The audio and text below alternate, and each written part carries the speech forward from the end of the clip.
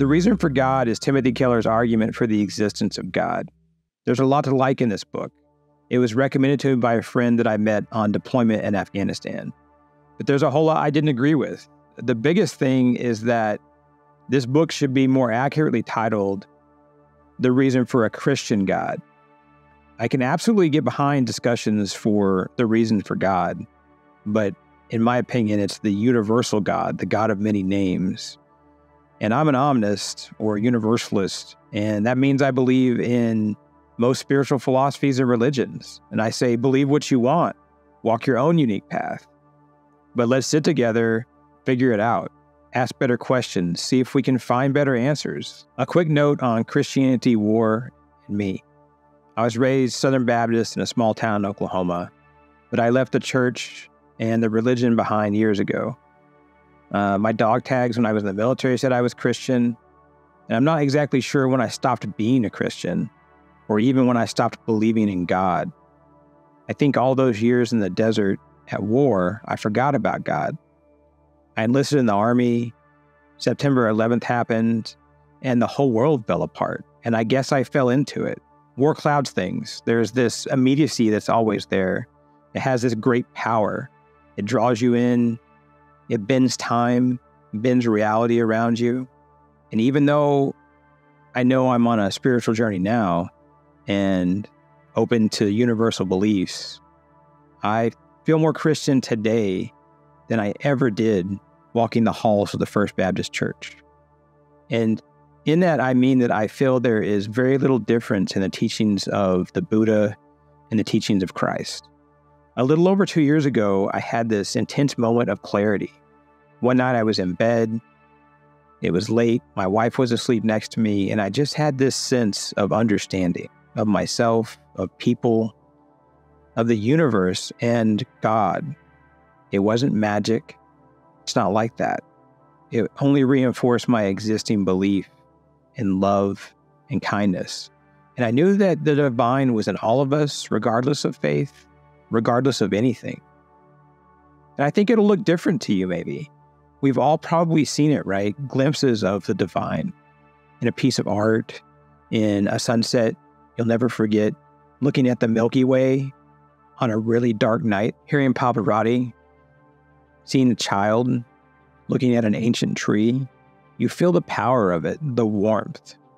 We know we're all connected, even if we don't understand how. This isn't something that's easy to talk about necessarily. I'm not sure letting your soul be exposed on the internet is ever going to be comfortable. Sharing things brings us into the world together, and it opens us up to the universe. There's something to be said about honesty and discussing things that move us and that speak to us. So who is Timothy Keller, this author? I got to say that he is good at what he does. This is a well-written, well-thought, and well-argued book. And he's an interesting figure, and his journey is worth reading about as well. He moved to Manhattan, planted a church, and grew his congregation to 5,000 members. That's pretty amazing given the location and his adherence to Orthodox Christianity. I'm not big on judgment, but I can still say that he's too conservative for my own taste. I think by conservative, I mean he views the universe and the world through too narrow a lens. But that doesn't mean he doesn't have worthwhile things to say, and for us to consider as we read through this. There's varying points of view, and they're good for the soul. Christians aren't a monolith, and they probably have things to offer philosophical conversation. And I credit Keller for being well-versed in other religions and faiths. It seems he has a particular affinity for Buddhism as a philosophy as I read through this. On some of his points, I really agreed with him, and on others, like I said before, I completely disagreed. And on some others, I could have agreed with him and what he was saying because it made a lot of sense, but I couldn't get past his limiting factor of only a Christian God.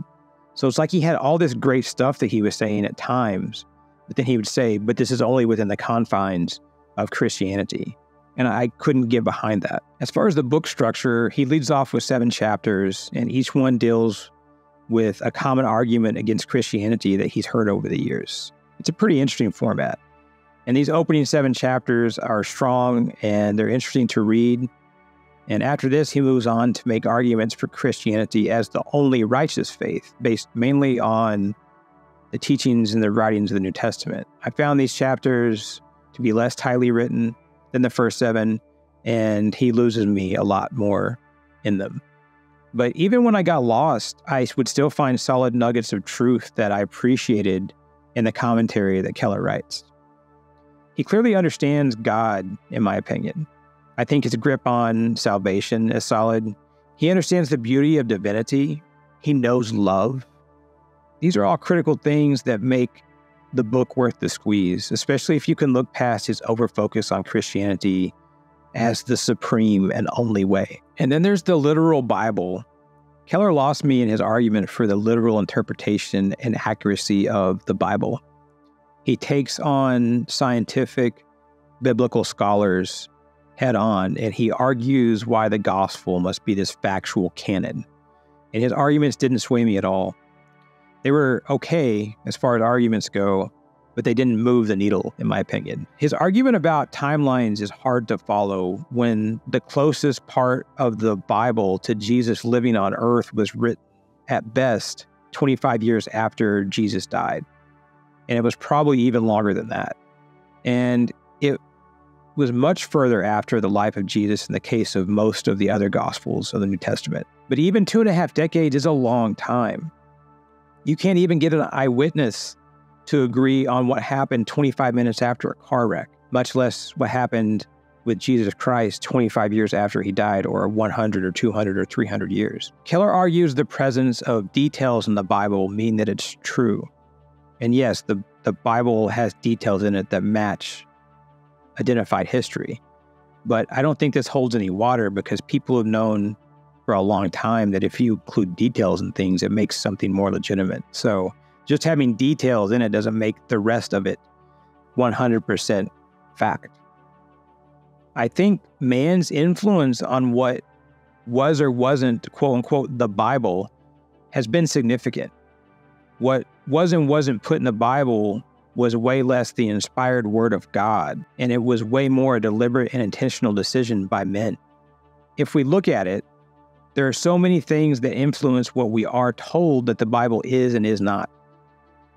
Emperor Constantine saw Christianity as a political means to an end. The Council of Nicaea saw a couple of hundred men sit around and literally decide what Christianity was and was not. They literally picked what books would and would not go into the Bible. And I don't believe that in any way would have been any type of reminiscent of the inspired word of God. Keller goes into some detail to paint Christianity as this altruistic force. He says that it's an altruistic force when compared to other Greco-Roman society. And I think this fell flat for me as well. I'm willing to concede that Christianity has done some great good in the world. But on the other hand, Christianity has had a tremendous amount of historical baggage filled with pain and suffering. That's well documented. I'm not sure any religion wants to drag any of that baggage to the debate table.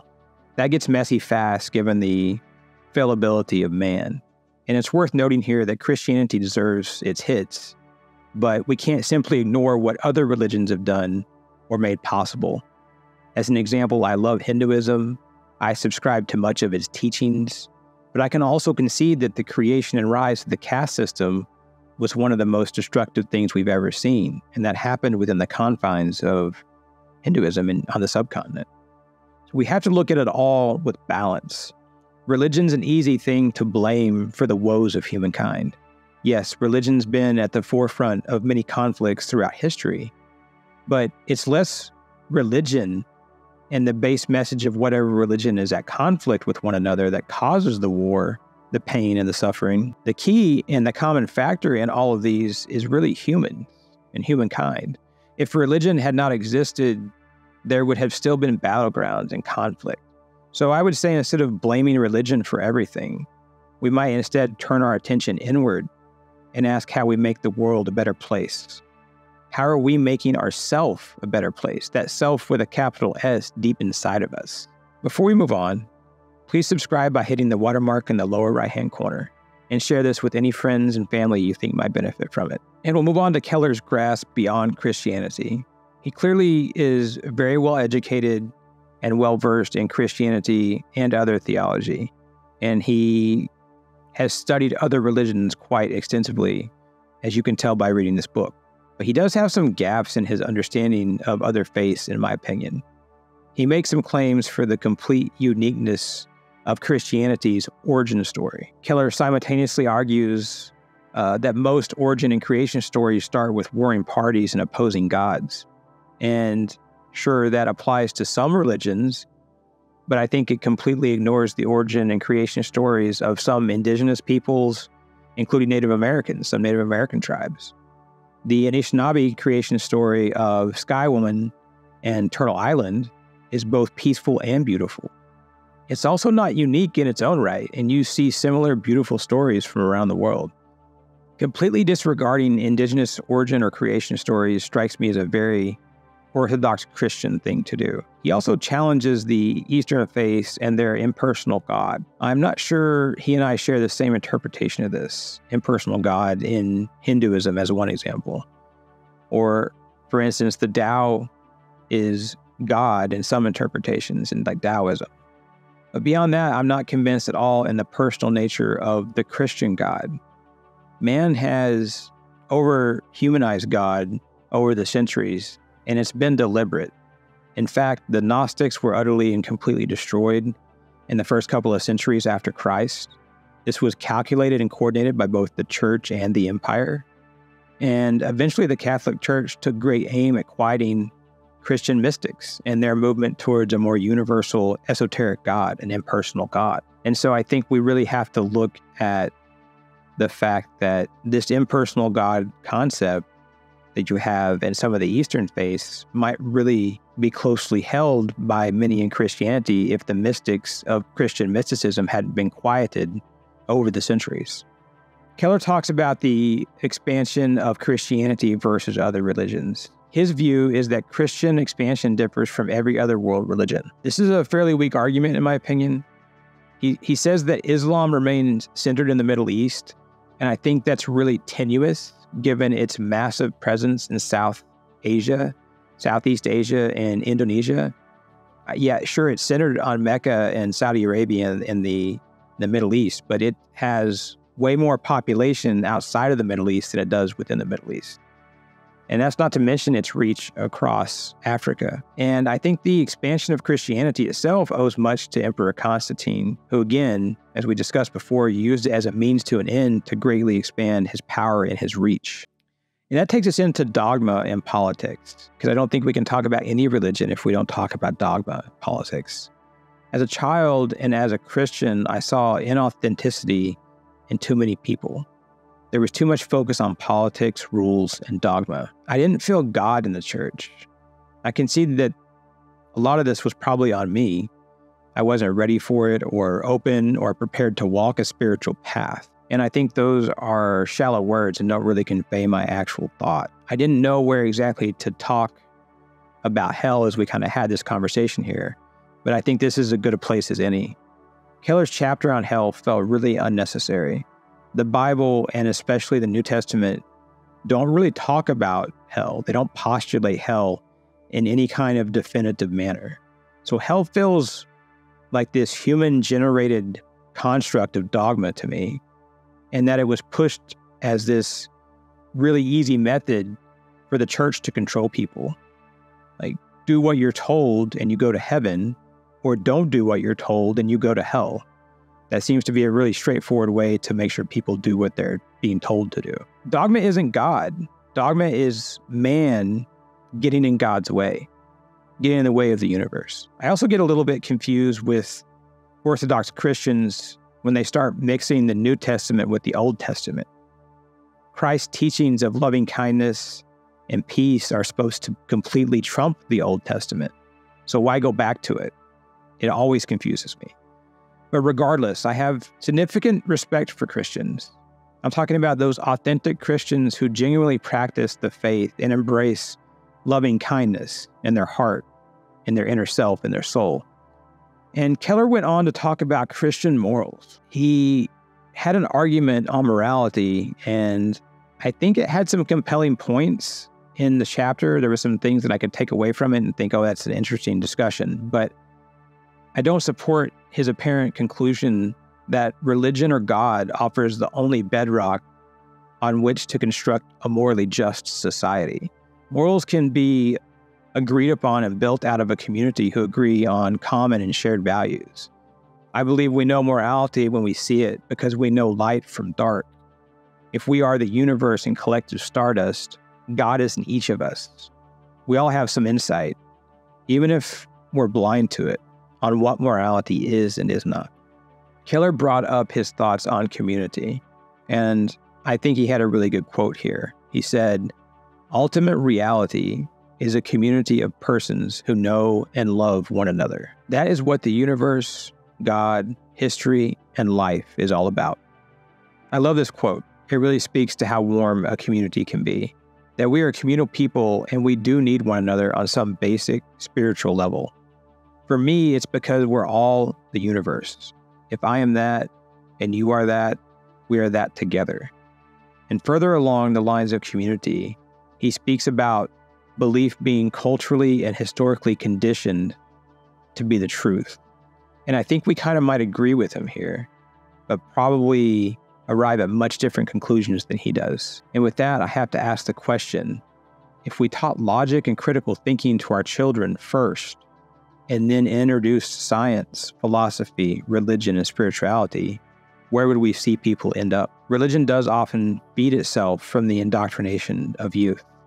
And I actually say that softly and not too harshly, if that makes sense. I'm not trying to condemn anyone, but it's something we could take a step back from and create a more open-minded culture. I think fundamentally, many Christians believe the gospel lies in the book, and I believe that it lies within each of us. Christianity can be a controversial subject in the spiritual community. So what are your thoughts on Christianity? What about this book and Keller's take resonated with you?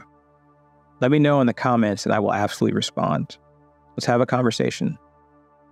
For a peaceful community where people can share their journeys and be themselves, visit kishar.org. And like this video if you'd like us to keep making content just like this. And until next time, I wish you peace on your journey.